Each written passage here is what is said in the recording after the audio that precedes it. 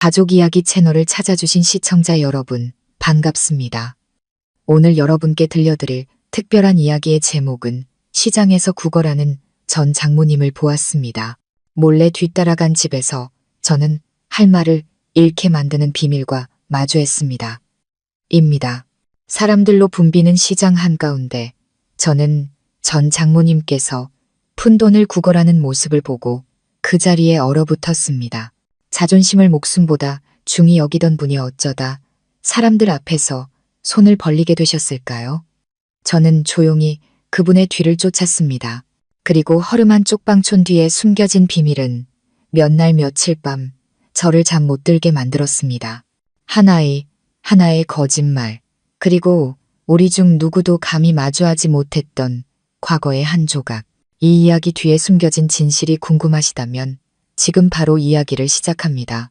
그런 모습으로 장모님을 다시 마주치게 될 줄은 꿈에도 몰랐습니다. 제 전 장모님 이숙자 여사님, 평생을 퇴직 공무원이라는 자부심으로 살아오셨고 체면을 밥보다 더 중요하게 여기시던 분이었습니다. 그런데 그날 아침 사람들로 북적이는 화평시장 한복판에서 저는 장모님께서 땡볕 아래 웅크리고 앉아 낡은 천모자를 내밀고 있는 것을 보았습니다. 처음에는 제가 헛것을 본 줄 알았습니다. 책 넓은 모자를 푹 눌러 쓰고 어깨가 다해진 낡은 옷을 걸친 채 달아빠진 슬리퍼를 신은 초라한 모습의 여인. 하지만 그 눈빛, 걸음걸이, 그리고 세월에 바랜 얼굴 윤곽은 예전과 많이 달라졌음에도 불구하고 저는 단번에 장모님이라는 것을 알아볼 수 있었습니다. 저는 한동안 시장 한가운데서 멍하니 서 있었습니다.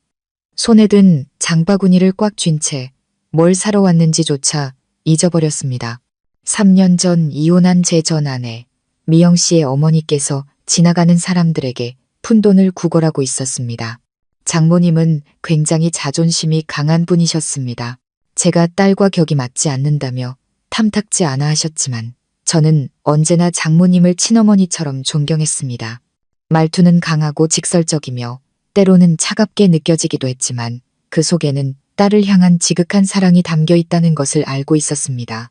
그런 분이 어째서 모든 것을 잃은 사람처럼 시장 바닥에 앉아 돈을 구걸하고 계신 걸까요? 저는 차마 가까이 다가갈 용기가 나지 않았습니다. 멀리서 지켜보는데 누군가 던져준 동전 몇 푼을 허리 숙여 주우며 작게 고맙습니다 라고 중얼거리는 모습이 보였습니다. 마음속에 의문이 피어올랐습니다. 저런 분이 어쩌다 이 지경까지 이르게 되셨을까? 시장이 파할 무렵 저는 조용히 장모님 뒤를 밟기 시작했습니다. 장모님은 누군가 따라온다는 사실을 전혀 눈치채지 못하셨습니다. 앙상하게 마른 등이 굽어 있었고 구불구불한 골목길을 느릿느릿 걸어가셨습니다. 장모님이 멈춰선 곳은 봉천동 끝자락에 위치한 낡은 쪽방촌이었습니다. 오래전에 노동자들이 살던 곳으로 지금은 거의 폐허처럼 변해버린 곳이었죠. 삐걱거리는 나무 문이 달린 허름한 방으로 들어가는 장모님의 뒷모습을 보며 저는 담벼락 뒤에 숨어 가슴을 졸였습니다. 제가 지금 뭘 하고 있는 건지 알 수 없었지만 차마 발길을 돌릴 수가 없었습니다. 뭔가 잘못되어도 한참 잘못됐습니다. 장모님은 당신 명의의 집도 있었고 연금도 받으셨고 안정적인 직장을 가진 딸도 있는데 어째서 이런 곳에서 살고 계신 걸까요? 돌아서려던 찰나 방 안에서 아이의 목소리가 들려왔습니다. 할머니, 오셨어요? 오늘 우리 밥 있어요? 저는 그 자리에 못 박힌 듯 굳어버렸습니다. 아이라니, 누구랑 같이 사시는 거지? 설마 손주라도. 저는 달아빠진 문틈으로 조심스럽게 안을 들여다보았습니다. 어두컴컴한 방 안으로 작은 창문을 통해 희미한 빛이 새어 들어오고 있었습니다. 낡은 요 위에는 대여섯 살쯤 되어 보이는 여자아이가 맨발로 앉아 조약돌 몇 개를 가지고 놀고 있었습니다. 아이는 무척이나 말라 있었고 머리는 헝클어져 있었습니다. 이 여사님은 플라스틱 통을 열어 찬밥 위에 빛바랜 생선 조각 몇 개를 얹어 주었습니다. 호호 불어가며 아이에게 밥을 떠먹여 주셨습니다. 오늘은 밥 있지. 우리 강아지 많이 먹고 힘내야지. 저는 그 자리에 선 채 꼼짝도 할 수 없었습니다. 연민 때문인지 아니면 충격 때문인지 분간할 수 없었습니다. 저 아이는 누구지? 누구의 아이일까? 왜 장모님은 이렇게 숨어서 조용히 이토록 비참하게 살고 계신 걸까? 당장이라도 문을 박차고 들어가 모든 것을 묻고 싶었지만 마음 한구석에서 무언가가 저를 막아섰습니다. 혹시 나를 보고 창피해하시면 어떡하지? 혹시 내가 알아서는 안 될 비밀을 알게 되면 어떡하지? 그날 밤 집에 돌아와서도 머릿속이 윙윙거렸습니다. 일에 집중할 수도 잠을 이룰 수도 없었습니다. 질문 하나가 머릿속을 계속 맴돌았습니다. 그 아이는 누구의 아이일까? 미영 씨는 2년 전에 캐나다로 떠나 새로운 사람과 결혼했습니다. 이 여사님은 저에게 미영이가 유일한 자식이라고 하셨는데 그렇다면 저 아이는 대체 누구란 말인가? 그 후 일주일 동안 저는 매일 같은 시간에 시장을 다시 찾아갔습니다. 장모님은 여전히 그 자리에 그 낡은 모자를 쓰고 길거리의 먼지와 하나가 된 듯 조용히 앉아 계셨습니다. 하루에 구걸에서 버는 돈은 몇천 원 남짓. 그걸로 찬밥이나 말린 생선, 상하기 직전에 빵 같은 것을 사시는 듯 했습니다. 저는 몇 번이고 그 뒤를 따라 집까지 갔습니다. 늘 낡은 담벼락 뒤에 숨어서 장모님께서 녹슨 수도가에서 아이를 씻기고 손빨래를 하고 삐걱거리는 요 위에서 아이를 끌어안고 잠드는 모습을 지켜보았습니다. 제가 왜 이러는지 저 자신도 이해할 수 없었습니다. 모른 척해야 마땅했습니다. 우리는 이제 아무 관계도 아니니까요. 저에게는 새로운 가정이 있고 새로운 삶이 있었습니다. 아내는 제가 과거에 얽매이는 것을 싫어했고요. 하지만 한때 제 장모님이셨던 분이 정체 모를 아이와 함께 저렇게 비참하게 살고 있는 것을 보고도 외면할 수는 없었습니다. 저는 해답을 줄 수 있는 유일한 사람 미영 씨에게 연락하기로 결심했습니다. 저는 그녀에게 어머니와 관련된 긴급한 일이 있다고 이메일을 보냈습니다. 며칠 후 캐나다에서 전화가 걸려왔습니다. 미영 씨의 목소리는 우리의 결혼 생활을 끝낼 때처럼 차갑고 멀게만 느껴졌습니다. 무슨 일이에요? 저 바쁘니까 빨리 말해요. 저는 제가 본 것을 간략하게 설명했습니다. 수화기 너머는 한동안 조용했습니다. 이윽고 미영 씨가 깊은 한숨을 내쉬었습니다. 목소리가 떨리고 있었습니다. 저도 몰라요. 제가 재혼한 후부터 엄마가 연락을 끊으셨어요. 돈을 보내도 전부 돌려보내시고는 번호도 바꾸고 이사 가버리셨어요. 아무리 찾아도 찾을 수가 없었어요. 엄마가 구걸을 하신다고요? 그 차가운 목소리 속에 억지로 참는 듯한 울음소리가 섞여 있었습니다. 저는 미영 씨가 무정한 사람이 아니라는 것을 알고 있었습니다. 그저 자신의 삶에 가장 상처가 덜한 방식을 선택했을 뿐. 그럼 그 아이는 누구예요? 제가 물었습니다. 미영 씨는 한참 동안 침묵했습니다. 그리고 이어진 그녀의 말은 제 등골을 서늘하게 만들었습니다. 설마 내 아이. 제가 더 무언가를 묻기도 전에 전화는 끊겼습니다. 미영 씨의 마지막 말은 경고음처럼 제 머릿속을 계속 맴돌았습니다. 설마 내 아이. 저는 다리에 힘이 풀리는 것을 느꼈습니다. 만약 그게 사실이라면 왜 미영 씨는 모르고 있었을까? 왜 이 여사님은 그 사실을 숨겼을까?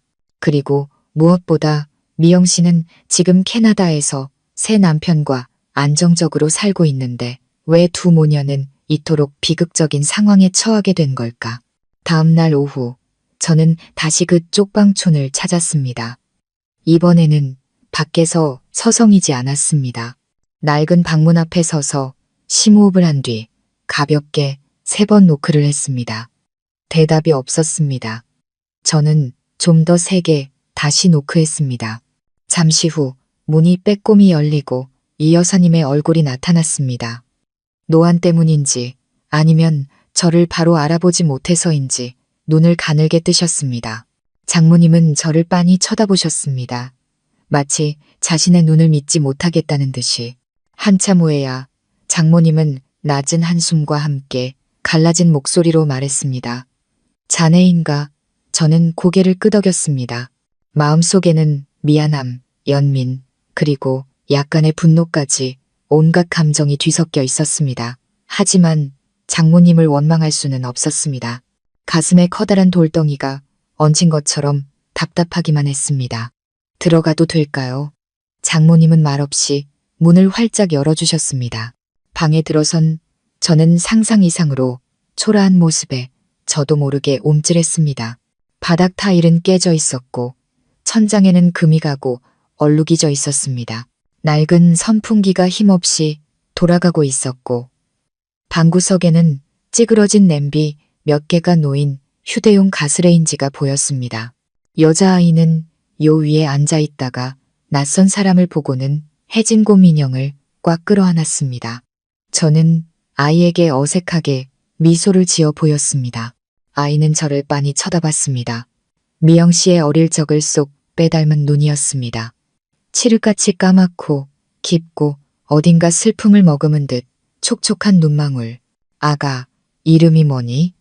이 여사님은 제 앞에 조용히 물컵을 내려놓고 낡은 플라스틱 의자에 앉으셨습니다. 얘 이름은 소미예요. 저는 미간을 찌푸렸습니다. 낯선 이름이었습니다. 하지만 더 묻지 않고 고개를 끄덕였습니다. 한동안 어색한 침묵이 흘렀습니다. 마침내 장모님께서 입을 여셨습니다. 미영이한테 들어서 알게 된 개로군. 네, 일부만요. 어머님께서 시장에서 구걸하시는 걸 봤어요. 도저히 믿을 수가 없어서 따라와 봤습니다.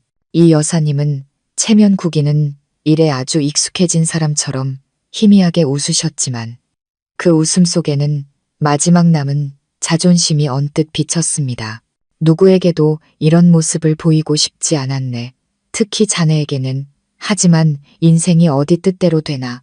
저는 망설이다 물었습니다. 저 아이, 미영 씨 아이, 맞죠? 장모님은 한참 동안 말이 없다가 이내 고개를 끄덕였습니다. 주름진 얼굴이 구겨진 종이처럼 일그러졌습니다. 맞아, 미영이 딸이야. 하지만 미영이는 이 아이가 살아있는 줄 몰라. 저는 그 자리에 얼어붙었습니다.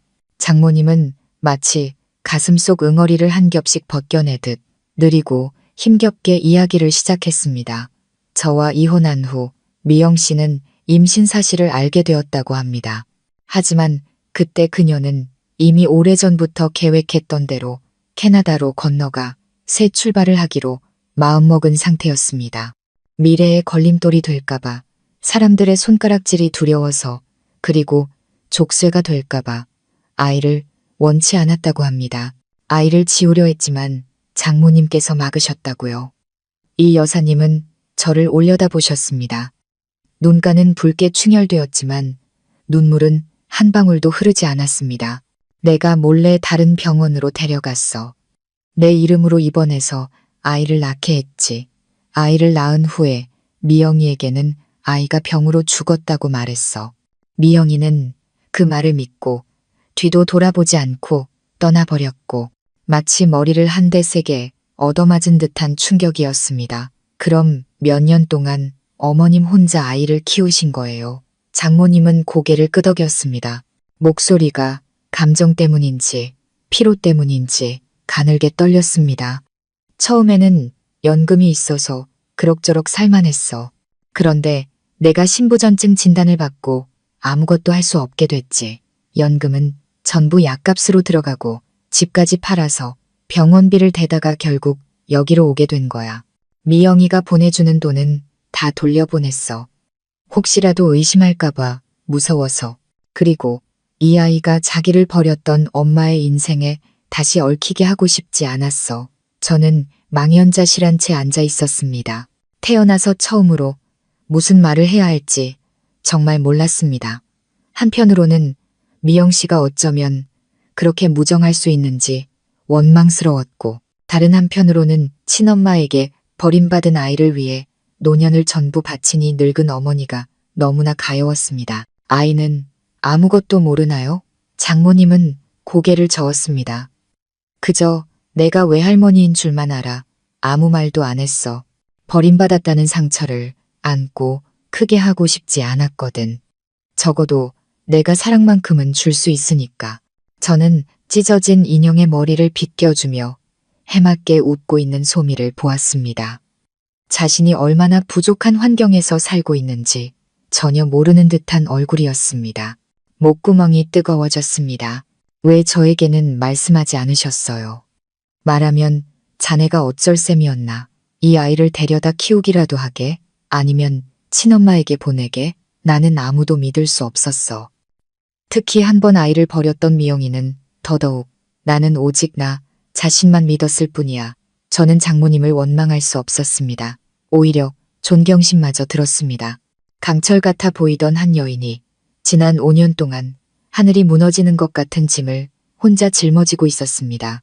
딸을 속이고 손녀를 키우고 온갖 고생을 혼자 감내하며 단 한마디의 불평도 하지 않았습니다. 저는 장모님과 아이를 번갈아 보았습니다. 제 마음속에 어떤 결심이 싹트기 시작했습니다. 너무 늦기 전에 무언가 해야만 했습니다. 어머님, 제가 좀 도와드려도 될까요? 장모님은 저를 빤히 쳐다보셨습니다. 나를 위해서인가? 아니면 저 아이를 위해서인가? 저는 솔직하게 대답했습니다. 두 분 모두를 위해서요. 하지만 주로 저 아이 때문입니다. 만약 정말 미영 씨 아이라면 적어도 한때는 제 핏줄이었을 테니까요. 페인트가 벗겨진 창문으로 바람 한 줄기가 불어왔습니다. 아이가 고개를 들어 햇살처럼 환하게 웃었습니다. 그 순간 저는 제 인생이 완전히 다른 방향으로 흘러가리라는 것을 직감했습니다. 그리고 그 후에 일어난 일들은 그 누구도 예상하지 못했습니다. 그날 이후 저는 마치 두 개의 삶을 사는 사람 같았습니다. 하나는 안정적인 직장과 가정을 가진 평범한 가장의 삶. 다른 하나는 매일 저녁 허름한 골목 끝 쪽방촌으로 몰래 달려가 쌀 한 포대, 우유 한 팩, 그리고 어쩌면 제 딸이 되었을지도 모를 아이를 위한 장난감 몇 개를 들고 가는 남자의 삶이었습니다. 처음에는 이 여사님께서 완강히 거절하셨습니다. 필요 없다며 아이에게는 사랑이 부족한 게 아니라 돈이 부족한 것이고 돈은 구걸해서라도 채울 수 있다고 딱 잘라 말씀하셨습니다. 하지만 제가 몇 번이고 고집스럽게 문 앞에 물건만 두고 돌아가자 결국 말없이 받아들이셨습니다. 저는 아내에게 아무 말도 하지 않았습니다. 저와 제 아내 수진 씨 사이에는 과거에 대한 보이지 않는 경계선이 있었습니다. 그녀는 제가 이혼한 사실도 과거의 결혼 생활 때문에 힘들어했다는 것도 알고 있었지만 결코 깊이 묻지 않았습니다. 그리고 저 역시 소미에 대한 이야기를 꺼낼 용기가 없었습니다. 소미는 점점 저를 따르기 시작했습니다. 제가 갈 때마다 아이는 달려와 제 손을 잡았고 눈을 반짝였습니다. 저는 아이를 데리고 빵을 사 먹이고 아이스크림을 사주고 공원 분수대에서 물장난을 치게 해주었습니다. 천진난만하게 웃는 아이를 보며 저는 저 자신뿐만 아니라 미영 씨와 이 여사님의 죄까지 대신 갚고 있는 듯한 기분이 들었습니다. 하지만 어느 날 저녁 제가 쪽방을 나서려 할 때 이 여사님께서 제 팔을 붙잡으셨습니다. 자네 아내가 이 사실을 알게 해서는 안 되네. 저는 놀랐습니다. 왜요, 어머님? 장모님은 저를 엄하게 쳐다보셨습니다. 제가 사위였던 초년 시절 저를 늘 불편하게 만들었던 바로 그 눈빛이었습니다. 여자는 때로 진실을 감당하지 못하거든. 그 진실에 아무런 잘못이 없다 해도 말이야. 저는 이해했습니다. 수진 씨는 성격이 워낙 솔직하고 자존심이 강한 사람이었습니다. 만약 남편이 전 장모님을 돕고 전처에 숨겨진 딸과 가깝게 지낸다는 사실을 알게 된다면 분명 평정심을 유지하지 못할 겁니다. 하지만 저는 이 비밀을 영원히 숨길 수는 없다는 것도 알고 있었습니다. 그날 집에 돌아와 저는 서재에 오랫동안 앉아 있었습니다. 책상 위에 놓인 결혼사진을 보며 마음이 무겁게 가라앉았습니다. 저는 수진 씨를 배신한 적도 미영 씨와 다시 시작할 생각도 추호도 없었습니다. 하지만 그 아이를 외면할 수도 없었습니다. 비록 핏줄로 연결되지는 않았지만 저는 책임감을 느꼈습니다. 2주 후 미영 씨에게서 다시 전화가 왔습니다. 엄마, 정말 살아계신 거 맞아요? 저는 한숨을 쉬었습니다. 내 말을 못 믿는 겁니까? 못 믿는 게 아니라 믿기지가 않아서요. 예전 번호로 전화해봤는데 다른 사람이 받더라고요. 이사 갔다고만 하고 계속 돈을 보냈는데 다 반송됐어요. 어머님께서 아이를 키우고 계셨어요. 미영 씨는 한동안 말이 없다가 이내 거의 속삭이듯 작은 목소리로 말했습니다. 저는 그 아이를 원치 않았어요. 그때는 제 인생이 창창하다고 생각했고 준비가 안 됐다고 믿었어요. 엄마가 그 아이를 살렸을 줄은 몰랐어요. 몰랐다고요? 그녀의 목소리가 메어왔습니다. 이제 어떻게 할 생각입니까? 제가 물었습니다. 돌아가고 싶어요. 엄마도 뵙고 그 아이도 만나고 싶어요. 저는 이 일이 언젠가는 터질 줄 알았지만 이 여사님께서 동의하실지는 미지수였습니다. 장모님께서 진실을 숨긴 것은 회피가 아니라 아이를 버림받았다는 상처로부터 보호하기 위해서였습니다. 미영 씨의 등장은 모든 것을 엉망으로 만들 수도 있었습니다. 저는 미리 장모님께 전화를 드렸습니다. 예상대로 장모님은 한참 동안 침묵하시더니 말씀하셨습니다. 안 돼. 만나게 할 수 없어. 하지만 아이의 친엄마잖아요. 그렇기 때문에 더더욱 안 돼. 그 애는 한 번 아이를 버렸어. 이제 와서 돌아오면 뭐가 달라지지? 아이를 다시 빼앗아가기라도 하겠다는 건가? 미영 씨는 그런 사람 아니에요. 자네가 어떻게 아나? 어떻게 장담하지? 이 여사님의 목소리가 날카로워졌습니다. 아이는 내가 만들어준 세상에서 살았어. 자기가 버림받아서가 아니라 사랑으로 태어났다고 믿고 있단 말이야. 그 믿음을 깨뜨리지 마.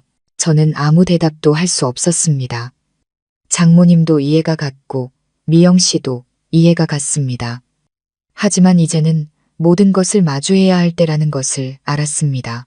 이틀 후 미영 씨가 귀국했습니다. 저에게는 아무 말 없이 호텔 주소만 문자로 보내왔습니다. 다음 날 아침 저는 작은 카페에서 그녀를 만났습니다. 미영 씨는 많이 야위어 있었습니다. 옅은 화장을 했지만 눈은 퀭했습니다. 저를 보고도 웃지 않고 고개만 까딱했습니다. 우리가 함께 살던 마지막 날들처럼 침묵이 흘렀습니다. 아직도 나 미워해요? 미영 씨가 물었습니다. 저는 고개를 저었습니다. 아니요, 다 지난 일이에요. 그녀는 창밖을 보며 입술을 깨물었습니다. 아이를 지키지 못해서 미안해요. 저는 아무 말도 하지 않았습니다. 너무 늦은 사과였지만 아예 없는 것보다는 낫다고 생각했습니다. 아이를 만나고 싶어요. 한 번만이라도 보게 해주세요. 저는 그녀를 보았습니다.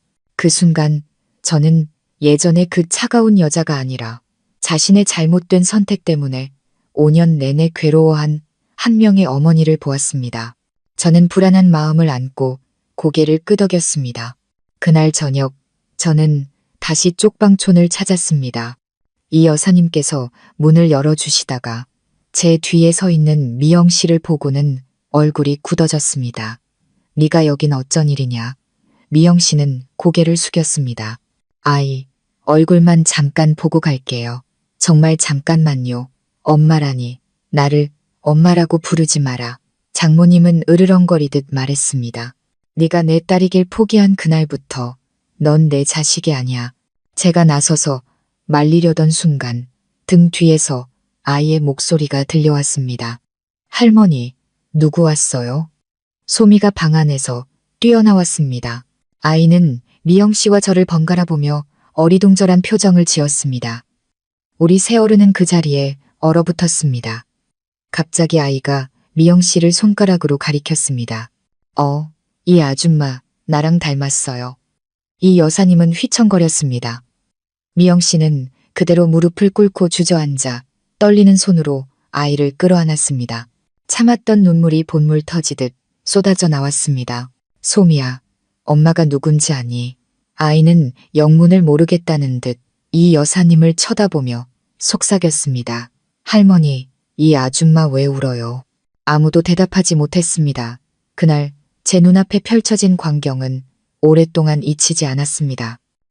미영 씨는 바닥에 주저앉아 마치 물에 빠진 사람이 마지막 지푸라기라도 잡는 심정으로 소미를 끌어안았습니다.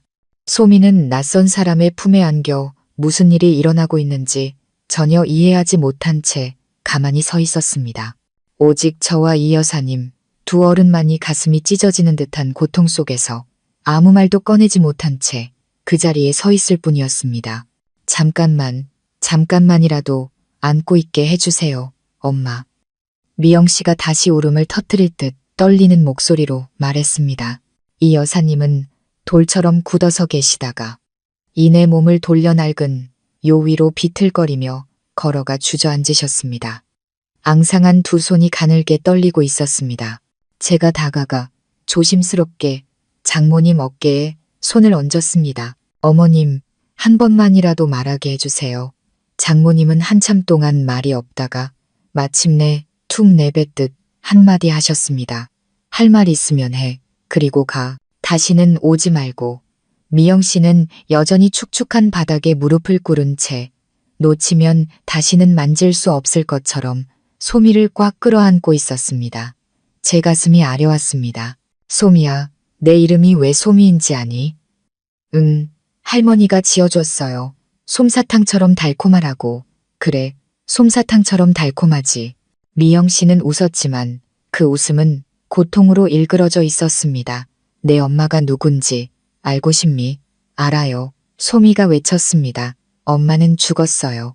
할머니가 그랬는데 엄마는 나를 아주 많이 사랑했는데 같이 있어주지 못해서 하늘의 별이 됐대요. 나 엄마 맨날 그려요. 미영 씨는 소리내어 울기 시작했습니다. 소미의 머리를 가슴에 끌어안고 끊임없이 속삭였습니다. 미안해. 엄마가 미안해. 넌 버려진 아이가 아니야. 네가 내 딸이야.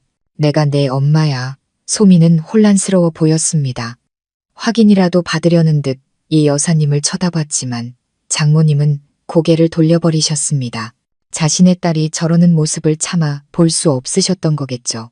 아니, 어쩌면 사랑과 증오, 그리고 무력감이 뒤섞여 심장을 옥죄는 감정을 마주할 용기가 없으셨을지도 모릅니다. 저는 세 사람 사이에 서서 속이 타들어가는 것 같았습니다. 무언가 하고 싶었지만 이 순간에 어떤 말을 해도 서툴고 불필요하게 느껴질 뿐이었습니다. 제가 할 수 있는 유일한 것은 침묵이었습니다. 소미는 미영 씨의 품에서 빠져나와 이 여사님께 달려갔습니다.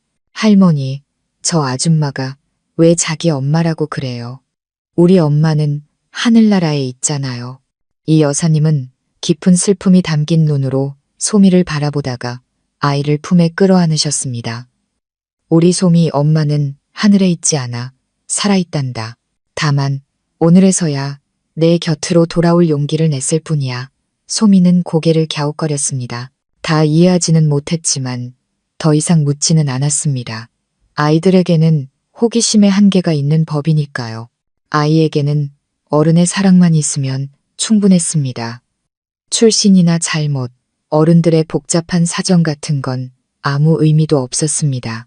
미영 씨는 바닥에 주저앉아 힘없이 팔을 늘어뜨렸습니다. 그 모습을 보니 저는 진정한 어머니를 본 것 같았습니다. 잃어버린 것을 되찾고 싶어하는 후회로 가득 찬 어머니의 모습이었습니다. 하지만 시간이 그녀에게 기회를 줄까요?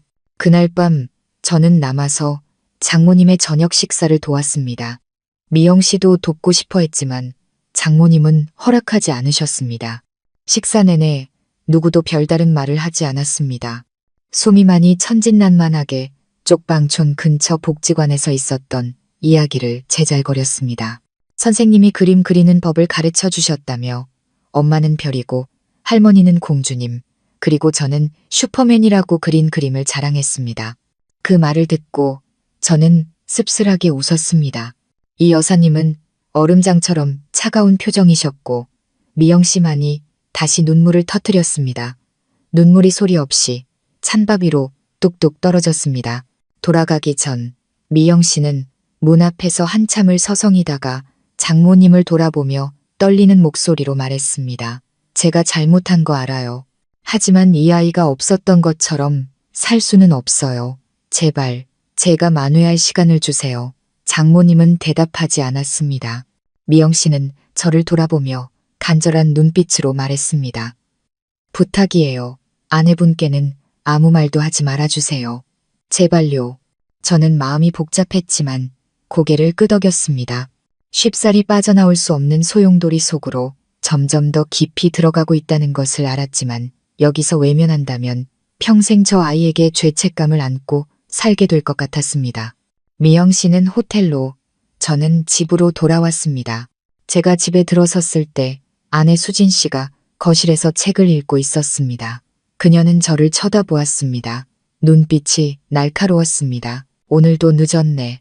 요즘 당신 좀 이상해. 무슨 일 있어요? 저는 순간 멈칫했다가 반사적으로 미소를 지었습니다. 아무것도 아니야. 요즘 회사 일이 좀 바빠서. 수진 씨는 더 이상 묻지 않았지만 의심하고 있다는 것을 알 수 있었습니다. 아내의 직감은 틀리는 법이 없으니까요. 제가 얼마나 더 이 비밀을 숨길 수 있을지 저 자신도 몰랐습니다. 일주일 후 미영 씨가 다시 만나자고 했습니다. 이번에는 키가 크고 점잖아 보이는 말끔한 차림의 남자를 데리고 왔습니다. 이쪽은 제 지금 남편 상우 씨예요. 이 사람한테는 전부 다 말했어요. 저는 놀랐습니다. 남자는 저와 악수를 하며 온화한 목소리로 말했습니다. 감사합니다. 그 아이를 외면하지 않아주셔서 쉽지 않은 일인 줄 압니다. 하지만 괜찮으시다면 저희가 장모님께 소미를 다시 데려올 수 있도록 허락을 받고 싶습니다. 제 귀가 멍해지는 것 같았습니다. 아이를 데려온다고? 데려간다고? 저는 허름한 쪽방촌을 떠올렸습니다. 그곳에는 체면까지 버려가며 푼돈을 구걸해 외손녀를 지켜온 한 할머니가 있었습니다. 만약 소미가 더 나은 환경에서 학교도 다니고 부모님과 함께 살게 된다면 그게 더 좋은 일이 아닐까요? 하지만 저는 이 여사님께서 절대 동의하지 않으리라는 것도 알고 있었습니다. 그리고 올 것이 오고야 말았습니다. 그날 저녁 제가 쪽방에 도착했을 때 방문은 활짝 열려 있었고 살림살이가 어지럽게 널려 있었습니다. 이 여사님께서 바닥에 쓰러져 가슴을 부여잡고 웅크리고 계셨습니다. 얼굴은 새하얗게 질려 있었습니다. 저는 비명을 지르며 달려들어갔습니다. 소미는 옆에 앉아 울부짖고 있었습니다. 할머니, 할머니 왜 그래요? 저는 이 여사님을 안아 올렸습니다. 몸이 깃털처럼 가벼웠고 손발은 얼음장처럼 차가웠습니다. 소미는 울음을 터뜨리며 제 옷자락에 매달려 물에 빠진 사람처럼 할머니를 부르며 흐느꼈습니다. 심장이 미친 듯이 뛰었습니다. 살면서 그렇게 무서웠던 적은 처음이었습니다. 저는 겨우 주머니에 돈을 챙겨 넣고 장모님께 얇은 겉옷을 걸쳐드린 뒤 골목 밖으로 뛰쳐나가 택시를 불렀습니다. 가는 내내 가장 가까운 병원에 전화를 걸었습니다. 차 안에서 저는 장모님의 손을 꽉 잡았습니다. 마르고 거친 손, 오랜 관절염으로 마디마디가 굽은 손이었습니다. 소미는 옆에 조용히 앉아 찢어진 곰, 인형을 꽉 끌어안고 있었습니다. 눈가는 빨갛게 부어 있었습니다. 더 이상 웃음도 천진한 질문도 없었습니다. 아이는 외할머니가 지금 삶과 죽음의 경계에 놓여 있다는 것을 직감하고 있었습니다. 병원에 도착해 저는 장모님을 안고 응급실로 뛰어 들어갔습니다. 의사는 급하게 검사를 하고 수액을 맞추고 심박수를 체크해야 한다고 말했습니다. 저는 허둥지둥 서류에 서명을 하고 임시 진료비를 수납하며 오직 장모님께서 무사하기만을 바랐습니다. 1시간이 넘게 기다린 후 의사가 저를 따로 불렀습니다. 중년의 의사는 엄숙한 얼굴로 제 어깨에 손을 얹었습니다. 환자분은 말기 심부전증입니다. 혈압이 급격히 떨어졌고 심각한 빈혈 증상도 보입니다. 조금만 늦었어도 위험할 뻔했습니다. 저는 그 자리에 서서 입술을 깨물었습니다. 목구멍이 타는 듯 했습니다. 그동안 장모님은 그렇게 조용히 병마와 싸우고 계셨던 겁니다. 누구에게도 말하지 않고 불평 한마디 없이 그저 이를 악물고 버티셨던 겁니다. 시장에서 구걸한 동전 한 푼, 손녀에게 먹인 말린 생선 한 조각, 그 모든 것이 당신의 건강과 목숨을 맞바꾼 대가였습니다. 지금 당장 응급 투석을 해야 합니다. 그 후에도 정기적으로 혈액 투석을 받아야 하고요. 비용이 만만치 않을 겁니다. 보호자분이시죠? 저는 의사를 바라보다가 고개를 끄덕였습니다. 그렇습니다.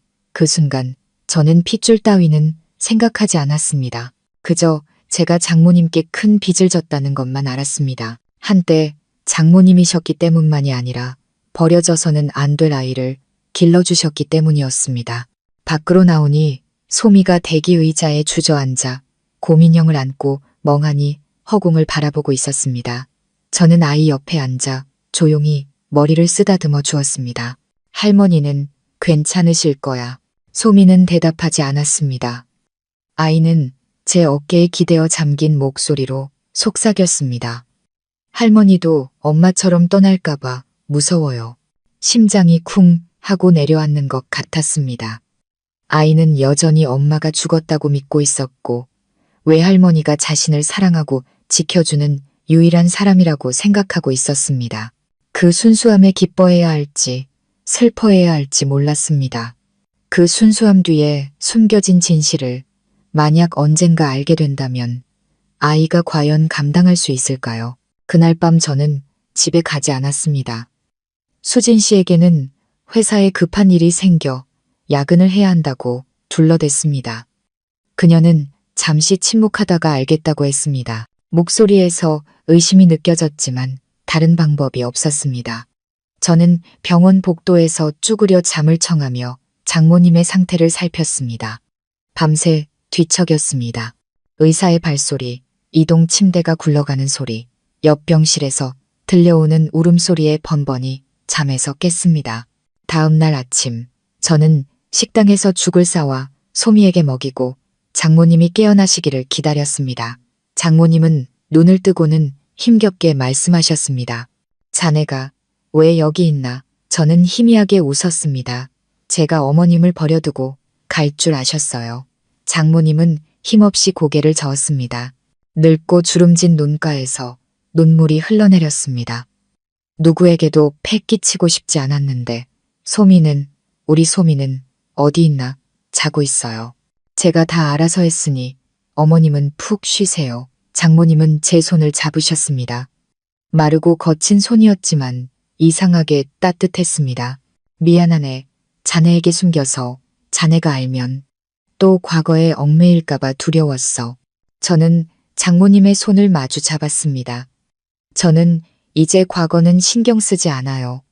지금 어머님과 소미가 어떻게 지내시는지가 중요할 뿐이에요. 아무 걱정 마세요. 장모님은 고개를 끄덕이고는 피곤한 듯 눈을 감으셨습니다. 그 순간 저는 장모님의 희미한 눈 속에서 반짝이는 빛을 보았습니다. 아마도 혼자가 아니라는 사실에 조금은 마음이 놓이셨던 거겠죠. 그날 오후 미영 씨가 찾아왔습니다. 흰 셔츠에 머리를 단정하게 묶은 그녀의 얼굴은 눈에 띄게 수척해져 있었습니다. 그녀가 병실에 들어섰을 때 이 여사님은 힐끗 쳐다보더니 고개를 돌려버리셨습니다. 소미는 환하게 외쳤습니다. 아줌마다 할머니 보러 왔어요. 미영 씨는 소미를 끌어안고 떨리는 목소리로 말했습니다. 응, 할머니 보러 왔어. 저는 미영 씨를 복도로 데리고 나가 작게 말했습니다. 어머님 몸이 많이 약해지셨어요. 더 이상 충격받게 하지 마세요. 미영 씨는 씁쓸한 눈빛으로 고개를 끄덕였습니다. 한마디만 하고 갈게요. 미영 씨는 침대 가까이 다가가 잠시 서 있다가 조용히 말했습니다. 죄송해요, 엄마. 제가 잘못했어요. 엄마가 용서하시든 안 하시든 다시는 엄마를 버려두지 않을 거예요. 제가 엄마도 소미도 책임질 방법을 찾을게요. 저에게 아이를 맡기시든 아니든 저는 여기 있을 거예요. 장모님은 대답하지 않으셨지만 이불을 쥔 손에 힘이 들어가는 것을 보았습니다. 아주 약간의 흔들림, 아주 약간의 동요, 용서하기에는 아직 부족했지만 변화의 시작일지도 몰랐습니다. 며칠 후 장모님은 일반 병실로 옮겨졌습니다. 저는 보험 관련 수속을 처리했습니다. 미영 씨는 병원 근처에 작은 방을 얻어 간호를 도왔습니다. 매일 저와 교대로 장모님을 돌보고 소미와 놀아주었습니다. 수진 씨의 의심은 날이 갈수록 깊어졌습니다. 왜 요즘 집에 자주 오지 않는지, 식사는 왜 거르는지, 전화는 왜 자주 꺼져 있는지 물었습니다. 저는 그저 피하기만 했습니다. 마주할 용기가 없었습니다. 핏줄도 아닌 아이에게, 어쩌면 친자식보다 더 가까워진 아이에게 제 마음에 너무나 큰 부분을 내어주고 있다는 사실을 차마 말할 수 없었습니다. 그러던 어느 날 병원을 나섰다가 집에 돌아왔을 때 수진 씨가 저를 뚫어지게 쳐다보고 있었습니다. 나한테 숨기는 거 뭐예요? 저는 멈칫했습니다. 그녀의 얼굴에는 분노도 원망도 없었습니다. 오직 무서울 정도로 고요한 눈빛만이 있었습니다. 당신 뒤 밟았어. 당신이 병원에 가는 것도 알고 회사에서 야근한 게 아니라는 것도 알아. 저는 침묵했습니다. 더 이상 변명할 수 없었습니다. 어떤 여자랑 같이 있는지도 봤어. 저는 숨을 멈췄습니다. 모든 것이 끝났습니다. 수진 씨는 다가와 테이블 위에 휴대폰을 올려놓았습니다. 화면에는 제가 미영 씨, 그리고 소미와 함께 병원에 앉아 있는 사진이 있었습니다. 세 사람의 모습은 마치 단란한 작은 가족처럼 보였습니다. 저 아이 누구예요? 수진 씨가 잠긴 목소리로 물었습니다. 대답해봐요. 바람 피운 거예요? 아니면 당신 숨겨둔 자식이에요? 저는 그녀를 보았습니다. 이 순간이 많은 것을 결정하리라는 것을 알았습니다. 저는 수진 씨의 질문 앞에 그 자리에 얼어붙었습니다. 우리가 함께 산 시간 동안 그녀는 단 한 번도 이런 식으로 저를 추궁한 적이 없었습니다. 수진 씨는 강하고 당당하며 언제나 품위를 잃지 않는 여자였습니다. 하지만 오늘 붉게 충혈된 저 눈은 그녀가 얼마나 많은 감정을 억눌러 왔는지 말해주고 있었습니다. 다시 물을게요. 저 여자아이 누구예요? 저는 숨을 내쉬었습니다. 머릿속으로 수백 가지 시나리오와 변명을 떠올렸지만 결국 저는 있는 그대로의 진실을 말하기로 했습니다. 미영 씨 아이예요. 하지만 내 아이는 아니에요. 수진 씨는 비웃었습니다. 하지만 그 웃음에는 기쁨이 조금도 담겨 있지 않았습니다. 그 말 한마디면 내가 안심할 거라고 생각해요? 이혼한 남자가 갑자기 전 장모님을 돕고 전처의 딸과 가깝게 지내는데 아무 일도 없다고요? 아무 일도 없다는 게 아니에요. 그냥 당신이 생각하는 그런 게 아니라고요. 그럼 뭔데요? 말해봐요. 전부 다 듣고 싶으니까. 저는 의자에 앉아 두 손을 깍지 낀 채 고개를 숙였습니다. 더 이상 물러설 곳이 없었습니다. 이왕 이렇게 된 거 모든 것을 말해야 했습니다. 내가 예전에 했던 말 기억해요? 이혼하고 미영 씨가 외국으로 재혼하러 갔다는 거. 수진 씨는 고개를 끄덕였습니다. 눈은 여전히 저에게 고정되어 있었습니다. 가기 전에 미영 씨가 임신했었어요. 하지만 아이를 원치 않았죠. 그때 장모님이셨던 이 여사님께서 몰래 아이를 낳게 한 뒤 지금까지 키워오신 거예요. 수진 씨는 미간을 찌푸렸습니다. 살면서 그렇게 기막힌 이야기는 들어본 적 없네요. 친엄마는 자기 자식이 살아있는 줄도 모르고 그 엄마는 몇 년 동안 손녀를 키우고 그런데 당신은 왜 이제 와서 그 두 사람과 엮인 거예요? 우연히 알게 됐어요. 이 여사님께서 시장에서 구걸하는 걸 봤어요. 도저히 외면할 수가 없었어요. 뒤따라가서 모든 걸 알게 된 거예요. 아이, 이름은 소미예요. 미영 씨를 정말 많이 닮았어요. 눈빛, 웃는 모습, 말투까지도. 소미는 죄가 없잖아요. 수진 씨, 자기가 태어날 환경을 선택한 게 아니니까. 그리고 이 여사님은 병이 깊고 가난한 와중에도 이를 악물고 아이를 키워오셨어요. 당신이라면 내가 외면할 수 있었을 거라고 생각해요? 수진 씨는 말이 없었습니다. 저는 감히 고개를 들어 그녀를 쳐다볼 수 없었습니다. 잠시 후 그녀가 무서울 정도로 차분한 목소리로 말했습니다. 당신 그 아이를 사랑하는군요. 저는 숨을 멈췄습니다. 진심으로 아끼는 건 맞아요. 하지만 당신이 생각하는 그런 사랑은 아니에요. 변명할 필요 없어요. 이제 알겠으니까 수진 씨는 일어섰습니다. 결국 당신은 처음부터 끝까지 과거에서 벗어난 적이 없었던 거네요. 그저 숨기려고 애썼을 뿐. 물어볼게요. 만약 그 할머니가 아프지 않았다면, 그 아이가 가난하지 않았다면, 그래도 당신이 돌아갔을까요? 저는 대답할 수 없었습니다. 저 자신도 확신할 수 없었기 때문입니다. 아마 아니었을 겁니다. 아마 저는 계속 평온한 삶을 살며 모든 것을 잊었을 겁니다. 하지만 이 여사님께서 구걸하는 모습을 본 이상, 할머니, 오늘 우리 밥 있어요? 라고 묻는 소미의 목소리를 들은 이상 어떻게 외면할 수 있었을까요? 수진 씨는 저를 쳐다보았습니다. 눈빛이 날카로웠습니다. 당신이 옛사람을 돕는 것까지는 용서할 수 있어요. 하지만 내가 용서할 수 없는 건 나를 속였다는 거예요. 당신은 침묵을 선택했어요. 나를 외부인으로 취급했다고요. 저는 입술을 깨물었습니다. 그녀의 말이 맞았습니다. 어떻게 할 생각이에요? 제가 조용히 물었습니다. 아직 모르겠어요. 하지만 시간이 필요해요. 며칠 친정에 가 있을 거예요. 모든 걸 다시 생각하고 싶어요. 그녀는 말을 멈추고 제 눈을 똑바로 쳐다보았습니다. 당신도 스스로에게 다시 물어봤으면 좋겠어요. 만약 다시 한번 선택할 기회가 주어진다면 당신은 누구 곁에 있고 싶은지. 그 말은 비수처럼 가슴에 꽂혔습니다. 그녀를 붙잡고 싶었습니다. 이 가정을 잃고 싶지 않다고, 지금의 행복을 깨고 싶지 않다고 말하고 싶었습니다. 하지만 차마 그럴 수 없었습니다. 제 마음속 깊은 곳에서는 제 마음이 이미 너무 멀리 가버렸다는 것을 알고 있었기 때문입니다. 수진 씨는 그날 밤 바로 짐을 쌌습니다. 짐은 많지 않았습니다. 옷 몇 벌과 간단한 개인 용품이 전부였습니다.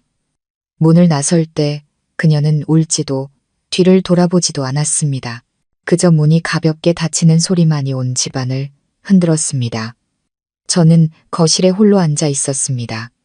노란 조명이 차가운 바닥을 비추고 있었습니다.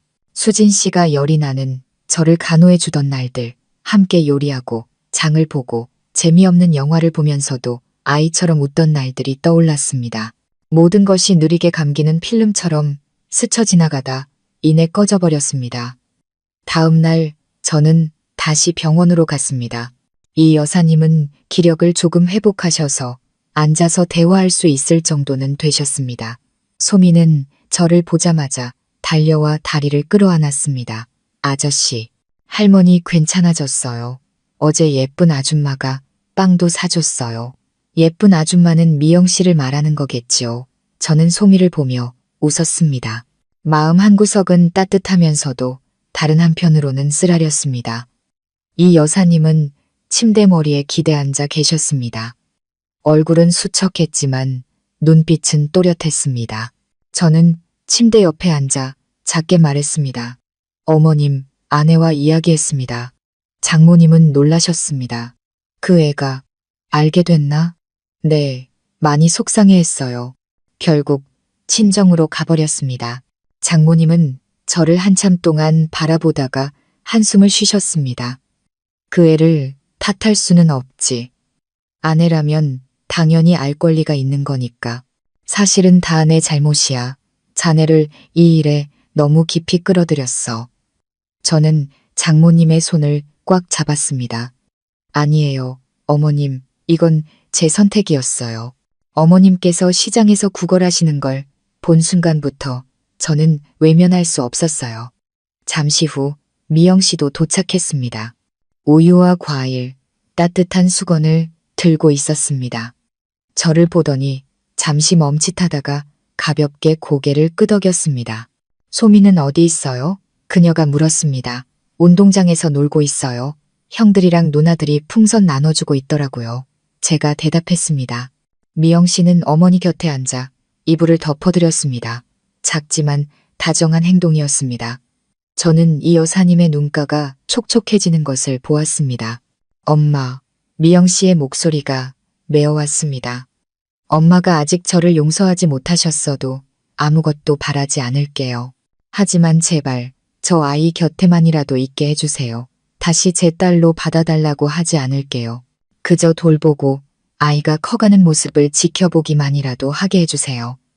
장모님은 침묵하다가 이내 작게 고개를 끄덕이셨습니다. 다시는 그 아이에게 상처 주지 마라. 미영 씨는 아이처럼 소리내어 울었습니다. 어머니의 손을 잡고 그 위에 얼굴을 묻은 채 지난 세월의 후회를 모두 쏟아내는 듯 울었습니다. 저는 밖으로 나와 유리창 너머로 그 모습을 지켜보았습니다. 그 순간 제 마음속에는 안도감, 걱정, 그리고 공허함이 뒤섞여 있었습니다. 모든 것이 점차 제자리를 찾아가는 것 같았지만 정작 그 한가운데에 서 있는 저는 앞으로 어떻게 해야 할지 막막했기 때문입니다. 저는 진심을 다하면 모든 일이 해결될 거라고 믿었습니다.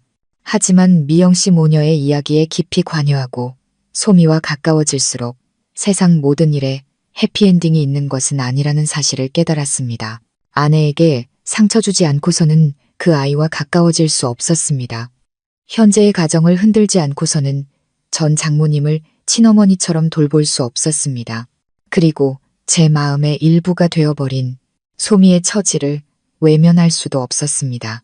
수진 씨가 집을 나간 후 저는 아직 그녀에게 연락할 용기가 나지 않았습니다. 그녀의 차가운 목소리를 듣는 것이 두려웠고 실망한 눈빛을 마주하는 것이 무서웠습니다. 어떤 잘못은 배신에서 오는 것이 아니라 너무 오랜 침묵으로 인해 곁에 있는 사람의 신뢰를 잃게 만드는 데서 비롯됩니다. 그날 아침 저는 일찍 병원으로 갔습니다. 이 여사님은 정기적인 검사를 위한 병동으로 옮겨져 있었습니다.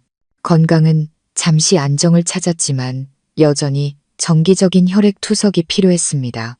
병원 안뜰을 지나가는데 미영 씨가 벤치에 앉아 다른 아이들과 뛰어노는 소미를 보고 있었습니다. 그녀의 얼굴은 한결 부드러워져 있었습니다.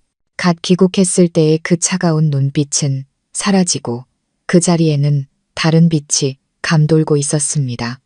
처음부터 다시 시작하는 법을 배우는 어머니의 빛이었습니다. 제가 옆에 앉아 미영 씨는 돌아보지 않고 조용히 말했습니다. 외면하지 않아줘서 고마워요. 저는 가볍게 고개를 저었습니다. 나도 잘못했어요. 수진 씨에게 더 일찍 말했어야 했는데 두려웠어요. 미영 씨가 저를 돌아봤습니다. 수진 씨를 잃을까봐 두려웠어요. 아니면 과거에서 벗어나지 못하는 자신을 마주할까봐 두려웠어요. 저는 침묵했습니다. 그 질문은 지난 며칠 동안 저 자신에게 수없이 던졌지만 단 한 번도 솔직하게 답하지 못했던 질문이었습니다. 미영 씨는 입술을 깨물고 말을 이었습니다. 수진 씨를 원망하지 않아요. 화낼만도 하죠. 내가 그 사람이었어도 그랬을 거예요. 당신이 나한테 돌아오고 싶어 하지 않는다는 거 알아요. 그냥 아이를 아끼는 마음뿐이라는 거 알아요. 그녀는 희미하게 웃었습니다. 슬픔이 깃든 눈빛이었습니다. 하지만 때로는 동정심이 사랑보다 더 위험할 때가 있어요. 사람들은 연인의 과거는 받아들일 수 있어도 남편이 이름 없는 책임감을 다른 아이에게 쏟는 것은 받아들이기 힘드니까. 저는 무슨 말을 해야 할지 몰랐습니다. 풍선을 받고 깔깔거리며 뛰어노는 소미를 보았습니다. 그 순간 제 앞날이 안개 속처럼 느껴졌습니다. 분명 저는 아이의 친아버지가 아니었지만 어느새 핏줄처럼 아이를 사랑하게 되었습니다.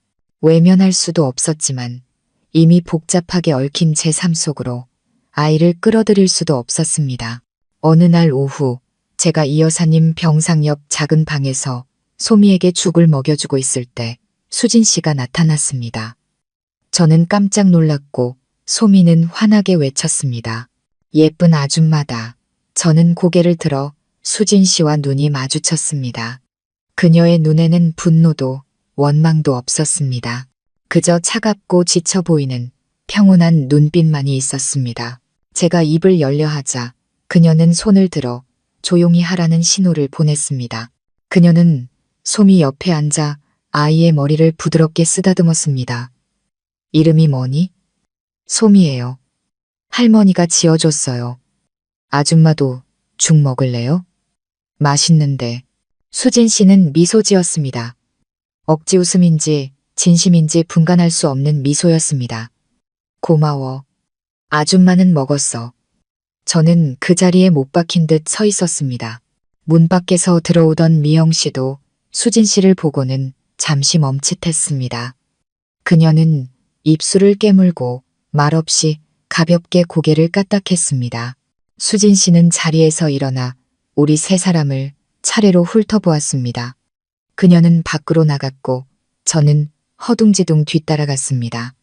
여긴 어쩐 일이에요? 수진 씨가 돌아섰습니다. 목소리는 낮았지만 분명했습니다. 저 아이를 봐야 했어요. 내 남편을 매일같이 변하게 만든 사람이 누군지 내 눈으로 확인하고 싶었어요. 난 변하지 않았어요. 그냥 수진 씨가 말을 끊었습니다. 당신은 내가 알던 남편이 아니에요. 예전에 당신은 모든 일에 투명한 사람이었지만 지금의 당신은 내가 한 발짝도 들어갈 수 없는 세계를 등 뒤에 짊어지고 있어요. 단 한 발짝도. 제 눈시울이 뜨거워졌습니다. 변명하고 싶었지만 어떤 말도 소용없을 것 같았습니다. 수진 씨가 말을 이었습니다.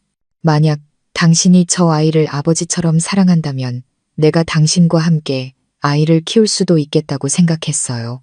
내가 저 아이의 두 번째 엄마가 되어주는 상상도 했었고요. 하지만 깨달았어요. 당신은 공유하고 싶어 하지 않는다는 걸. 당신 혼자 모든 걸 짊어지려고 하잖아요. 내가 끼어들 틈이 없어요. 일부러 숨긴 게 아니에요. 수진 씨, 제 목소리가 메었습니다. 당신 마음고생하게 하고 싶지 않았을 뿐이야. 하지만 결국 마음고생은 했잖아요. 모든 일에서 배제당해서 더 힘들었다고요. 수진 씨는 저를 한참 동안 바라보다가 마지막 말을 남겼습니다. 당신에게 선택을 강요하지는 않을게요. 대신 내가 내 선택을 할 거예요. 내 곁에 있는 사람의 마음이 다른 곳에 가 있는 결혼 생활은 하고 싶지 않아요. 그곳이 하나이든 옛사람이든 내 자리는 더 이상 없는 것 같네요. 그녀는 뒤돌아 걸어갔습니다. 노란 조명이 희미하게 비추고 안내 방송이 울려 퍼지는 병원 복도 한가운데 저 혼자 남겨졌습니다. 그날 밤 저는 집에 돌아가지 않았습니다. 병원에 남았습니다. 투석을 마치고 잠든 이 여사님을 보고 미영 씨의 품에서 곤히 잠든 소미를 보며 제 마음이 두 조각으로 찢어지는 것 같았습니다. 한쪽은 수진 씨를 붙잡고 가정을 지키고 싶어 했고 다른 한쪽은 제가 버릴 수 없는 이 사람들 곁에 머물고 싶어 했습니다. 저는 영웅도 고결한 사람도 아니었습니다. 그저 제 감정 속에서 길을 잃은 한 사람일 뿐이었습니다. 인생에서 가장 힘든 것은 갈림길에서 한 방향을 선택하는 것이라고 생각했습니다. 하지만 더 잔인한 것은 그곳에 너무 오래 서 있다가 결국 모든 길이 막혀버리는 것이었습니다. 수진 씨가 떠난 지 사흘이 지났지만 저는 아직 연락하지 못했습니다. 화가 나서도 자존심 때문도 아니었습니다. 그저 무슨 말을 해야 할지 어디서부터 시작해야 할지 몰랐을 뿐입니다. 제가 내뱉을 첫 마디가 미안하다일까 봐 두려웠습니다. 그리고 저는 무엇에 대해 미안해해야 하는지 조차 몰랐습니다. 소미를 아낀 것에 대해, 미영 씨의 일을 숨긴 것에 대해, 아니면 제 마음속에서 그녀의 자리를 지키지 못한 것에 대해 저는 여전히 꼬박꼬박 병원에 갔습니다. 이 여사님은 날이 갈수록 약해지셨고 투석을 마치고 나면 몇 시간씩 깊은 잠에 빠지셨습니다. 가끔 깨어나시면 저를 한참 동안 바라보셨습니다. 무언가 말하고 싶어 하시는 것 같았지만 이내 입을 다무셨습니다. 그날 오후 제가 사과를 깎아드리고 있는데 장모님께서 갑자기 입을 여셨습니다. 소미 일은 어떻게 할 셈인가? 저는 손을 멈췄습니다. 깎다만 사과 조각이 쟁반 위로 떨어졌습니다. 그게 무슨 말씀이세요? 장모님은 쇠창살 너머로 석양이 비치는 창밖으로 고개를 돌리셨습니다. 저 아이를 데려다 키울 생각인가? 아니면 그저 며칠 들락거리다가 결국에는 발길이 뜸해질 건가? 그 질문에 목이 메었습니다. 겨우 목소리를 찾아 대답했습니다. 거기까지는 아직 생각 못 해봤어요. 아내가 받아들이지 못할까봐 두려워요. 자네에게는 아내가 있지. 그 직설적인 질문이 칼날처럼 날아왔습니다. 저는 씁쓸하게 웃었습니다. 잘 모르겠어요, 어머님. 그 사람이 떠났어요. 자기 길을 가겠다고. 아마 벌써 다 결정했을지도 모르죠. 장모님은 잠시 침묵하다가 한숨을 쉬셨습니다. 나에게 남은 시간이 얼마 없는 것 같구나. 그저 나중에 소미가 어떻게 살게 될지 그것만이라도 알고 싶어서 저는 장모님을 보았습니다. 얼굴은 수척하고 피부는 낡은 종이처럼 주름져 있었지만 눈빛만은 여전히 날카로웠습니다. 평생을 자신의 인생이라는 배의 키를 잡고 살아온 여인의 눈빛이었습니다. 다만 이제는 그 키를 꽉 잡을 힘이 남아있지 않을 뿐 저는 조용히 말했습니다. 어떻게 되든 소미는 제가 책임지겠습니다. 다른 아이들처럼 모든 것을 다 해줄 수는 없겠지만 버림받게 하지는 않을 거라고 약속합니다. 장모님은 고개를 끄덕이고 눈을 감으셨습니다. 저는 잠드신 줄 알았는데 다시 입을 여셨습니다. 미영이가 변한 것 같기는 하지만 나는 아직 그 애가 엄마가 될 용기가 있는지 확신할 수 없어. 저는 반박하지 않았습니다. 장모님의 말이 틀리지 않았다는 것을 알았기 때문입니다. 미영 씨는 후회하고 돌아왔지만 여전히 한때 자신의 아이를 버리고 무심하게 떠났던 사람이었습니다. 그날 밤 저는 장모님 곁을 지켰습니다. 소미는 침대 구석에서 달아빠진 고민형을 안고 웅크리고 있었습니다. 잠결에 아이는 베개에 얼굴을 묻고 할머니를 중얼거렸습니다. 저는 아이의 이불을 덮어주었습니다. 마음이 돌덩이처럼 무거웠습니다. 다음 날 아침 복도에서 세수를 하고 돌아오니 미영 씨가 어머니 침대 곁에 앉아 있었습니다. 그녀는 장모님의 손을 잡고 눈물을 뚝뚝 흘리고 있었습니다. 저는 문 밖에 서서 들어가지 않았습니다. 그들 사이에는 핏줄이라는 상처와 잘못, 그리고 후회라는 특별한 끈이 있었습니다. 제가 끼어들어서는 안 된다는 것을 알았습니다. 미영 씨는 오랫동안 울었습니다. 그리고 장모님께서 눈을 뜨셨을 때 그녀는 단 한마디만 했습니다. 엄마, 처음부터 다시 시작하게 해주세요. 장모님은 아무 말도 하지 않으셨습니다. 하지만 그녀의 손을 뿌리치지도 고개를 돌리지도 않으셨습니다. 아마 그것만으로도 이미 용서가 시작된 것이겠지요. 그날 오후 수진 씨에게서 전화가 왔습니다. 할 얘기가 있어요. 예전에 살던 집 근처 카페에서 봐요. 저는 서둘러 그곳으로 향했습니다. 긴장과 기대가 뒤섞인 마음이었습니다. 제가 도착했을 때 그녀는 이미 앉아 있었습니다. 여전히 차분한 모습이었습니다. 하지만 저는 그녀의 눈에서 변화를 읽었습니다. 더 이상 분노는 없었고 오직 거리감만이 남아 있었습니다. 많이 생각했어요. 수진 씨가 입을 열었습니다. 당신이 잘못한 건 없어요. 하지만 나 역시 내가 선택하지 않은 짐을 짊어져야 할 이유는 없어요. 저는 고개를 끄덕였습니다. 그녀는 틀리지 않았습니다. 처음부터 끝까지 유일하게 옳았던 사람이었습니다. 만약 당신이 정말 소미를 책임지고 싶다면, 그 책임감을 위해 살고 싶다면 막지 않을게요. 하지만 그 길을 당신과 함께 걸어갈 수는 없어요. 이혼하자는 말이에요. 수진 씨는 고개를 끄덕였습니다. 그녀는 가방에서 미리 인쇄해온 서류 한 장을 꺼내 조용히 테이블 위에 올려놓았습니다. 나는 사인했어요. 당신도 읽어보고 사인해요. 미루고 싶으면 그래도 되지만 길게 끌수록 서로에게 더 아플 거라고 생각해요. 저는 그 서류를 보았습니다. 이혼 합의서라는 굵은 글씨가 뺨을 후려치는 것처럼 눈에 밝혔습니다. 저는 이를 악물었습니다. 눈앞이 흐려졌습니다. 수진 씨를 잃고 싶지 않았고 모든 것을 잃고 싶지 않았지만 더 이상 붙잡을 수 없다는 것을 알았습니다. 나 원망해요? 아니요. 그냥 슬퍼요. 당신이 나를 믿고 더 일찍 털어놓지 않은 게 슬프고 내가 과거보다 중요하지 않은 사람이었다는 게 슬퍼요. 저는 그녀의 손을 잡고 싶었습니다. 여전히 당신을 사랑한다고, 함께 살고 싶다고 말하고 싶었습니다. 하지만 이미 흘러가 버려 다시는 되돌릴 수 없는 것들이 있다는 것을 알았습니다. 수진 씨는 일어섰습니다. 솜이 착한 아이더군요. 가능하다면 그 아이가 누군가의 그림자로 살지 않았으면 좋겠어요. 그 말은 제 가슴을 꿰뚫었습니다. 저는 고개를 끄덕였습니다. 수진 씨는 떠났습니다. 이번에는 옳지 않았습니다. 오직 저만이 마치 제 살점 일부를 잃어버린 사람처럼 그 자리에 앉아 있었습니다. 그날 밤 저는 텅 빈 마음으로 병원으로 돌아갔습니다. 미영 씨는 저를 보았지만 아무것도 묻지 않았습니다. 저는 그저 침대에 앉아 잠든 이 여사님을 바라보았습니다.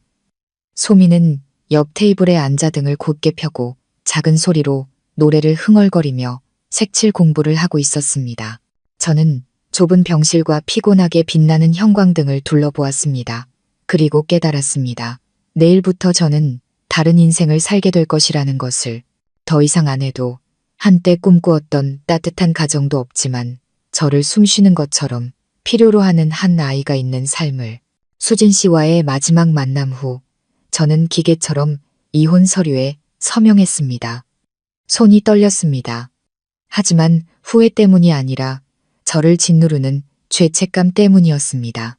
오랫동안 마음을 정하지 못하는 우유부단함 때문에 저는 좋은 여자 한 사람을 잃었습니다. 그 서류를 집에 가져와 접어서 서랍 안에 넣으며 집안을 둘러보았습니다. 모든 것이 그대로였습니다. 소파에는 아내가 떴던 덮개가 놓여 있었고 낡은 커피잔도 선반에 그대로 있었습니다. 하지만 이제 이 집은 너무나 차가워졌습니다. 사람의 온기도 함께하는 저녁 식사도 늦게 들어오는 저를 말없이 걱정해주던 눈빛도 사라졌습니다. 저는 대충 집을 정리하고 다시 병원으로 돌아갔습니다. 이 여사님이 계신 병실은 요즘 들어 더 조용해졌고 소미는 언제나처럼 착했지만 전보다 말이 줄었습니다. 아마 아이는 자신을 둘러싼 침묵의 공기를 느끼고 있었을 겁니다. 아이들은 어른의 말을 듣지 않아도 어른들이 슬프다는 것을 느낄 수 있으니까요. 미영 씨도 요즘 많이 변했습니다. 휴대폰을 거의 보지 않았고 캐나다에 있는 남편과의 영상통화도 그만두었습니다. 저는 그 결혼 생활 역시 위태롭다는 것을 알았습니다. 저 때문이 아니라 진실 때문이었습니다. 그 사람은 내가 아이를 데려오는 걸 원치 않아요. 어느 날 밤 저와 미영 씨가 함께 이 여사님 곁을 지키고 있을 때 그녀가 말했습니다. 그건 우리 책임이 아니라고 하더군요. 저는 아무 말 없이 그녀의 컵에 물을 따라 주었습니다. 만약 내가 정말 아이를 다시 맡고 싶다면 이혼 서류를 보내겠다고 했어요. 제가 조용히 물었습니다. 그래서 어떻게 할 생각이에요? 미영 씨는 바로 대답하지 않았습니다. 그녀는 외할머니 옆 작은 침대에서 잠든 소미를 바라보다가 희미하게 웃었습니다. 금이 간 듯한 웃음이었습니다. 한 번 버렸어요. 지금 또다시 편안한 삶을 선택한다면 평생 죄책감에 시달릴 것 같아요. 저는 그녀를 돌아보았습니다. 처음으로 저는 미영 씨에게서 예전의 그 차갑고 강인한 여자의 모습이 아니라 속죄의 고통 속에서 이성과 감정 사이를 헤매는 한 어머니의 모습을 보았습니다. 그거 알아요? 제가 조용히 말했습니다. 때로는 사랑하지 않아서가 아니라 사랑하는 방법을 몰라서 잘못을 저지르기도 해요. 미영 씨는 저를 보았습니다. 눈가가 촉촉했지만 울지는 않았습니다. 그저 한숨을 쉬었습니다. 만약 돌아갈 수 있다면 그저 아이를 지킬 용기만 있었으면 좋겠어요. 하지만 인생에는 되돌리기 버튼이 없잖아요. 그렇죠? 저는 고개를 끄덕였습니다. 저 자신 역시 한 수 한 수를 되돌릴 수 없는 체스판 위에 서 있었습니다. 어떤 선택이든 옳고 그름을 떠나 평생의 흉터를 남기게 될 것이었습니다. 다음 날 의사는 이 여사님의 상태가 악화되었다고 전했습니다. 신장 기능이 심각하게 저하되어 더 이상 혈액투석으로 버티기 힘들다고 했습니다. 언제 돌아가셔도 이상하지 않은 상황이었습니다. 미영 씨는 그 소식을 듣고 멍하니 서 있었습니다. 저는 가슴에 돌덩이가 얹힌 듯 무거웠습니다. 소미는 아직 아무것도 몰랐습니다. 아이는 여전히 제가 갈 때마다 제잘거렸고 그림을 그리고 짓궂은 이웃집게 이야기를 했습니다. 그날 밤 소미가 깊이 잠들었을 때 이 여사님은 저와 미영 씨에게 가까이 오라는 손짓을 하셨습니다. 기력이 거의 없으셨습니다. 목소리는 끊겼고 한 글자 한 글자를 마지막 힘을 다해 내뱉으셨습니다. 저 아이 나중에 두 사람에게 맡기마. 저와 미영 씨는 장모님의 손을 잡았습니다. 눈물을 참을 수 없었습니다. 이 여사님은 힘겹게 말을 이으셨습니다. 나처럼 살게 하지 마라. 불쌍한 것. 미영 씨는 어머니의 손에 얼굴을 묻고 흐느꼈습니다. 알았어요. 엄마, 그만 말씀하세요. 제발 쉬세요. 저는 그 자리에 서서 심장이 조각나는 것을 느꼈습니다. 아무리 많은 원망과 오해가 있었어도 이별의 순간은 언제나 사람을 무력하게 만듭니다. 사흘 후 장모님은 잠결에 조용히 세상을 떠나셨습니다. 우리는 조촐하게 장례를 치렀습니다. 친척도 거의 없었고 쪽방촌 이웃 몇 분이 오셔서 마지막 길을 배웅해 주셨습니다. 저는 모든 절차를 처리했고 미영 씨는 제사를 준비하고 영정사진을 챙겼습니다. 소미는 아직 상황을 잘 이해하지 못했습니다. 아이는 그저 물었습니다. 할머니 어디 갔어요? 아저씨? 제가 조용히 대답했습니다. 할머니는 아주 먼 곳으로 쉬러 가셨어. 하지만 언제나 소미를 지켜보고 계실 거야. 소미는 밤하늘을 올려다보며 인형을 꽉 쥔 채 고개를 끄덕였습니다. 그럼 나 할머니 별로 그려야지. 할머니는 별 되는 거 좋아하니까. 저는 아이를 꽉 끌어안았습니다. 제 눈물이 아이의 머리카락을 적시는 것이 느껴졌습니다. 장례를 마친 후 미영 씨는 당분간 작은 방을 얻어 소미와 함께 지내며 서로에게 익숙해지는 시간을 갖고 싶다고 했습니다. 캐나다에 있는 남편의 집으로는 돌아가지 않겠다고 했습니다. 이미 너무 많은 것이 달라져서 다시는 회복할 수 없다고요. 여기서 일자리를 구할 거예요. 처음부터 다시 시작하더라도 소미 곁에 있을 수만 있다면 괜찮아요. 저는 고개를 끄덕였습니다. 미영 씨는 더 이상 과거처럼 아이를 버리는 여자가 아니었습니다. 저는 그것을 믿었습니다. 모든 것을 예전으로 되돌릴 수는 없겠지만 그녀는 진정한 엄마가 될 기회를 받을 자격이 있었습니다. 몇 주 후 저는 예전에 살던 집에서 이사했습니다. 이혼 절차는 마무리되었습니다. 저는 공식적으로 돌싱이 되었습니다. 저는 미영 씨와 소미가 사는 곳 근처에 작은 아파트를 얻었습니다. 감시하거나 동정해서가 아니었습니다. 그저 소미 곁을 떠날 수가 없었습니다. 아이는 제 딸이 아니었지만 이제 저는 아이의 유년 시절 기억의 일부가 되었습니다. 쉽게 대체될 수 없는 존재가 된 것입니다. 그날 저녁 소미를 데리고 공원에 갔을 때 아이가 제 자전거 뒤에 앉아 등을 꽉 끌어안고 속삭이듯 물었습니다. 아저씨, 나중에 아저씨도 나 버릴 거예요? 저는 멈칫했습니다. 5살 아이의 입에서 나온 그 질문은 제 목을 메이게 했습니다. 저는 아이를 돌아보며 진지하게 말했습니다. 아니, 아저씨는 절대로 너를 버리지 않을 거라고 약속할게. 소미는 미소 짓고는 제 등에 머리를 기댔습니다. 그럼 아저씨 슈퍼맨으로 그려야지. 슈퍼맨은 계속 내 옆에 있어야 해요. 알았죠? 저는 웃었습니다. 지난 몇 년간 한 번도 지어보지 못했던 가벼운 웃음이었습니다. 이혼 서류에 서명하고 이 여사님을 떠나보내고 소미 곁에 남기로 결심한 후에야 제 삶이 좀 더 단순해질 거라고 생각했습니다. 더 이상 현재와 과거 사이의 갈등이나 얽매임이 없을 거라고요. 하지만 저는 틀렸습니다. 인생은 특히 그 안에 한 아이가 있다면 결코 단순해지지 않습니다. 처음 며칠 동안 저와 미영 씨는 교대로 소미를 돌봤습니다. 제가 아이를 유치원에 데려다주고 데려오고 밥을 해주고 잠들기 전에 이야기를 들려주었습니다. 미영 씨는 집안일을 하고 청소를 하고 동네 영어 학원에 일자리를 구했습니다.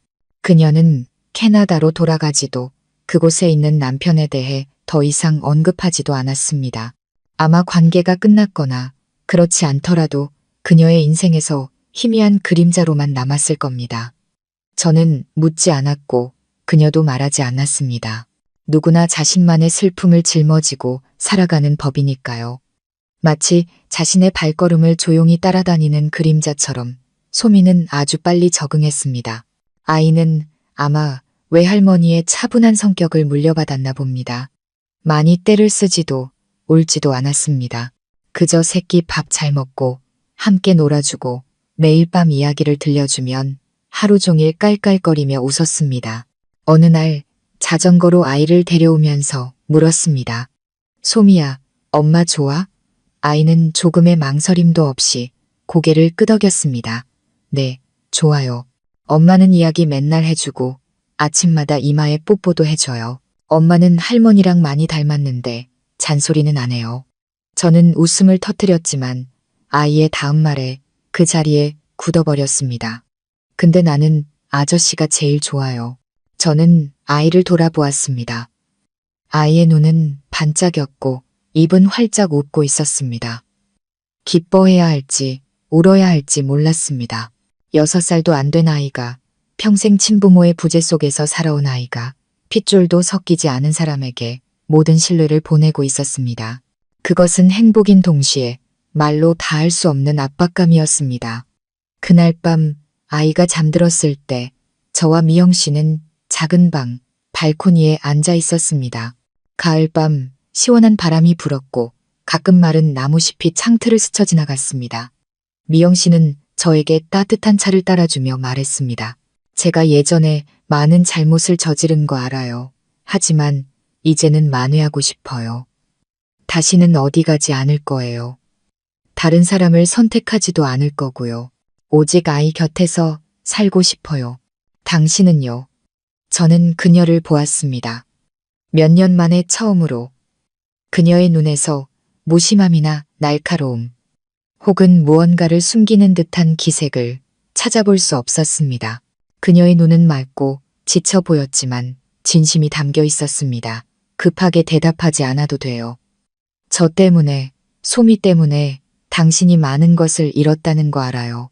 만약 당신이 떠나고 싶다면 잡지 않을게요.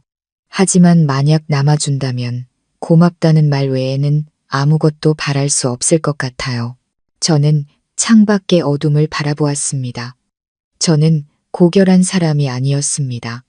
이기적이었고 나약했고 제가 뭘 원하는지 몰라서 다른 사람에게 상처를 주기도 했습니다. 하지만 이제 모든 질문에 대한 답을 찾았습니다. 어디 안 가요? 제가 말했습니다. 큰 약속은 할 수 없어요. 아이 인생에 없었던 아버지를 대신할 수도 없겠죠. 하지만 매일 여기 있을게요. 소미가 평범한 아이처럼 살 수 있도록 필요한 건 뭐든지 할 거예요. 미영 씨는 아무 말 없이 주머니에서 손수건을 꺼내 조용히 눈물을 닦았습니다. 그 눈물은 나약한 여자의 눈물이 아니라 잃어버렸던 삶의 일부를 되찾은 어머니의 눈물이었습니다. 그때부터 저와 미영 씨는 마치 한 아이를 함께 키우는 두 명의 좋은 친구처럼 살았습니다. 법적인 관계도 얽매임도 공허한 사랑의 속삭임도 없었습니다. 오직 작고 끈기 있고 꾸준한 행동들만이 소미에게 온전한 유년 시절을 만들어주기 위해 조금씩 쌓여갔습니다. 소미가 6살이 되던 해 저는 아이를 입양하기로 했습니다. 미영 씨의 권리를 빼앗기 위해서가 아니었습니다. 혹시 무슨 일이 생겼을 때 소미가 법적으로 기댈 곳이 있도록, 호적에 이름이 오르고 서류상으로 완벽한 집이 있도록, 그래서 평생 안심하고 살 수 있도록 하기 위해서였습니다. 미영 씨는 동의했습니다. 그녀는 이 세상에 소미의 아버지가 될 자격이 있는 남자가 있다면 그건 당신뿐이라고 말했습니다. 제가 완벽한 아버지가 아니라는 것은 압니다. 하지만 적어도 저는 아이를 버리지 않을 겁니다. 제가 버림받았던 것처럼, 다른 사람이 저를 떠났던 것처럼 아이를 버려두지는 않을 겁니다. 저는 수진 씨에게 다시 연락하지 않았습니다. 몇 번이고 휴대폰을 들었다 놨다 했지만 결국 그러지 못했습니다. 그녀는 새로운 길을 선택했을 테고 제가 방해해서는 안 된다고 생각했습니다. 어떤 사람들은 그저 아름다운 기억의 일부로 가슴속에 간직해야만 합니다. 소미가 정식으로 입양되던 날, 저는 아이를 데리고 아이스크림을 사주러 갔습니다. 아이는 제 앞에서 총총거리며 달려가다가 뒤돌아서서 제 손을 잡았습니다. 오늘 나 진짜 기분 좋아요. 이제 나도 아빠 생긴 거 맞죠? 저는 웃으며 고개를 끄덕였습니다. 오늘부터 넌 아빠 딸이야. 아이는 고개를 갸웃거렸습니다. 그래도 나 엄마 딸이기도 한 거죠? 당연하지. 아빠랑 엄마가 같이 너를 사랑하는 걸. 아이는 웃음을 터뜨리더니 갑자기 저를 와락 껴안았습니다. 아빠, 나중에 내가 크면 절대로 아빠랑 엄마 안 버릴 거예요. 예전에 엄마가 나 버렸던 것처럼 안 할 거예요. 그 순수한 말에 목이 메었습니다. 잠시 후에야 저는 조용히 말할 수 있었습니다. 고마워, 딸. 하지만 아무것도 약속할 필요 없어. 그저 행복하고 착하고 사랑할 줄 아는 사람으로만 자라주면 아빠랑 엄마는 더 바랄 게 없어. 그날 밤 저는 소미를 안고 잠이 들었습니다. 아이의 평온한 얼굴을 보며 생각했습니다. 인생에 다시 시작할 기회가 주어진다면 모두가 그 기회를 잡는 것은 아니지만 만약 잡게 된다면 다시는 놓지 말아야 한다고. 인생에는 예상치 못한 전환점이 있습니다. 영원히 떠난 줄 알았던 사람이 다른 모습으로 돌아오기도 합니다. 순수한 아이의 모습으로, 풀리지 않는 질문으로, 누구도 강요하지 않았지만 스스로 짊어지게 된 책임감으로. 저는 제 망설임 때문에 하나의 결혼을 잃었지만 그 누구와도 같지 않은 방식으로 가족이라는 두 글자의 의미를 되찾았습니다. 혼인신고도, 핏줄도, 법적 구속력도 없이 오직 사랑과 세월을 함께하는 굳건함만으로 이어진 가족을. 만약 누군가 저에게 후회하냐고 묻는다면 저는 아니라고 대답할 겁니다. 때로는 신이 우리를 멀리 돌아가게 하는 이유가 인생에서 가장 소중한 것을 다시 만나게 해주기 위함이라고 믿기 때문입니다. 환하게 웃으며 아빠라고 부르는 한 아이의 모습으로 말입니다. 이야기 끝까지 함께 해주셔서 감사합니다. 이 여정 속에서 혹시 자신의 모습, 즉 한 사람의 자녀, 남편, 아버지 혹은 그저 한때 잘못을 저질렀던 한 사람의 모습을 발견하셨다면 댓글로 여러분의 감정을 저희와 함께 나눠주세요. 가족 이야기 채널 구독과 좋아요, 그리고 소중한 사람들에게 이 영상을 공유하는 것을 잊지 마세요. 어쩌면 이 따뜻한 이야기가 위로가 절실히 필요한 누군가의 마음에 닿을 수 있을 테니까요. 다음 영상에서 다시 뵙겠습니다. 우리는 판단하기 위해서가 아니라 서로를 이해하고 위로하며 함께 나아가기 위해 이야기를 나눕니다.